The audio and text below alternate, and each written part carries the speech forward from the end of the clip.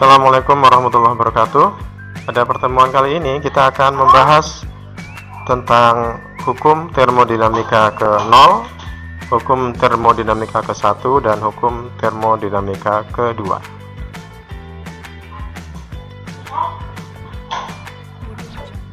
Sebelum lebih lanjut membahas tentang hukum termodinamika, ada baiknya kita pahami terlebih dahulu beberapa definisi yang nanti berkaitan erat dengan proses termodinamika itu sendiri. Ada istilah usaha, ada kalor, dan energi. Apa beda ketiganya? Yang jelas kalau kita sudah pernah belajar bahwa masing-masing usaha, kalor maupun energi ini dia memiliki satuan yang sama, yakni sama-sama joule dalam sistem SI. Apa bedanya? Kalau usaha itu adalah energi atau ukuran energi yang dipindahkan dari sistem ke lingkungan atau sebaliknya dari lingkungan ke sistem. Nah, dalam hal ini untuk menghitung usaha kita bisa menggunakan rumus dasar W sama dengan F kali S, gaya kali jarak, dengan F adalah P kali A ketika ini dihubungkan dengan tekanan dikalikan dengan luas permukaan bidang dikalikan dengan S atau jarak. Nah, karena S itu sama dengan volume, jadi luas bidang tekan dikalikan jarak itu mirip dengan luas alas kali tinggi, itu adalah volume. Maka A kali S ini kita gantikan sebagai volume atau V, sehingga P kali A kali S itu menjadi P kali V, atau dalam hal ini P kali delta V. Nah, P kali delta V atau selisih volume itu sama dengan P kali V2 volume akhir dikurangi V1 atau volume awal. Ini definisi dari usaha. Kemudian ada juga istilah yang lain, yakni energi. Ada energi mekanik, ada energi dalam, dan satu lagi nanti ada kalor. Energi mekanik, baik itu kinetik maupun potensial adalah energi yang dimiliki akibat gerak ataupun letak atau kedudukannya. Kemudian ada kalor. Kalor adalah perpindahan energi akibat perbedaan suhu atau perubahan wujud zat. Dan satu lagi ada istilah energi dalam. Apa itu energi dalam? Energi dalam adalah jumlah total energi kinetik dari seluruh partikel dalam satu sistem gas. Nah, usaha dalam termodinamika nanti dirumuskan dengan W sama dengan P kali V2 min V1, sedangkan energi dalam atau perubahan energi dalam nanti dirumuskan sebagai U2 dikurang U1. U2 adalah energi dalam akhir, U1 adalah energi dalam awal. Kita lanjut ke contohnya begini. Suatu sistem gas ideal berada pada tekanan 500 Pascal. Jika gas tersebut mengalami perubahan volume dari 1,5 kali 10⁻⁵ meter kubik menjadi 1,25 kali 10⁻⁵ meter kubik, berapa usaha yang dikenakan pada sistem tersebut? Kita buat. Tekanannya diketahui 500 Pascal, volume awal 1,5 kali 10⁻⁵ meter kubik, volume akhir 1,25 kali 10⁻⁵ meter kubik. Jadi ada penurunan volume. Berapa W-nya? Maka kita hitung. W sama dengan P kali V2 min V1. Kita masukkan angkanya di sini, sehingga 500 kali 1,25 kali 10⁻⁵ dikurang 1,5 kali 10⁻⁵, karena V2 nya lebih kecil. Maka diperoleh 500 kali min 0,25 kali 10⁻⁵ sama dengan min 125 kali 10⁻⁵ joule. Jadi usaha yang dikenakan pada sistem adalah 125 kali 10⁻⁵ joule. Kenapa ada minus? Minus ini artinya sistemnya itu menerima usaha dari luar, sehingga diperoleh nilainya minus. Contoh kedua, berapa tekanan gas terhadap wadah ketika gas tersebut memberikan usaha 500 joule hingga volumenya mengalami pertambahan sebesar 0,025 ml. Kita buat, W-nya adalah 500 joule, delta V-nya adalah 0,025 ml atau 25 kali 10⁻⁹ meter kubik. Maka W sama dengan P kali delta V. P adalah W dibagi delta V. 500 dibagi 25 kali 10 pangkat min 9. Ini ada kurang minus ya. Sama dengan 200 kali 10 pangkat 9 Pascal. Jadi tekanan gas adalah 20 kali 10 pangkat 9 Pascal. Ini contoh kedua. Jadi kalau ada yang kurang jelas ini, misalnya 0,025 ml kok bisa jadi 25 kali 10 pangkat min 9. Nanti langkahnya adalah 0,025 ml ini kita ubah dulu ke liter. Jadi nanti 0,025 ml sama dengan 0,025 kali 10 pangkat min 3 liter. 0,025 kali 10 pangkat min 3 liter sama dengan 0,025 kali 10 pangkat min 3 kali 10 pangkat min 6 meter kubik.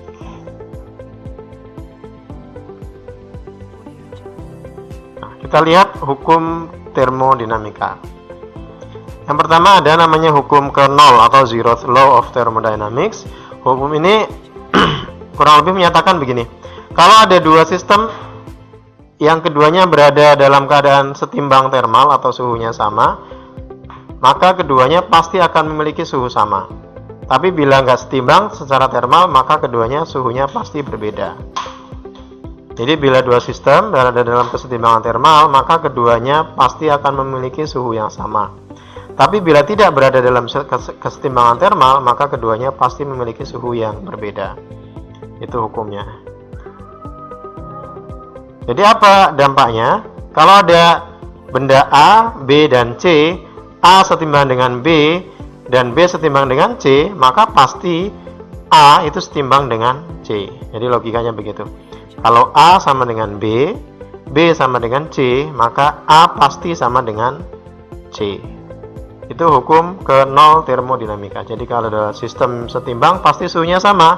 Kalau nggak setimbang pasti suhunya beda. Kalau suhu A sama dengan suhu B sama dengan suhu C, maka pasti suhu A sama dengan suhu C atau setimbang.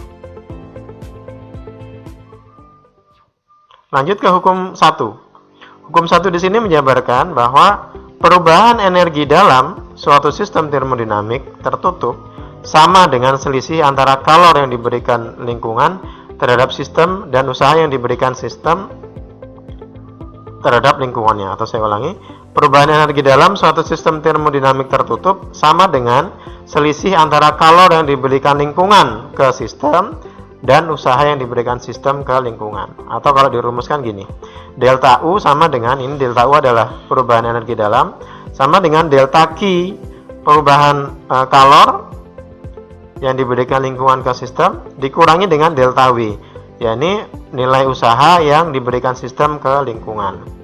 Dari rumus ini ada aturan. Kalau sistem memberikan usaha, maka delta W positif. Kalau sistem menerima usaha, delta W negatif. Kalau sistem menerima panas, delta Q negatif.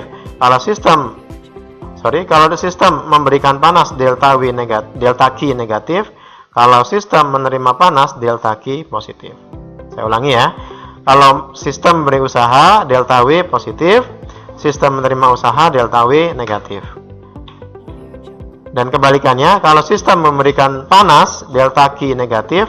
Kalau sistem menerima panas, delta Q positif. Jadi kalau sistemnya memberi, delta W positif. Sistemnya menerima, delta W negatif. Kalau sistem memberi, delta Q negatif. Sistem menerima, delta Q positif. Jadi delta W ini kebalikan dari delta Q. Contohnya begini. Hitung perubahan energi dalam sistem gas jika yang pertama gas menerima kalor 800 melakukan usaha 680. Contoh yang kedua, gas menerima kalor 400 lingkungan memberikan usaha 1000 Joule.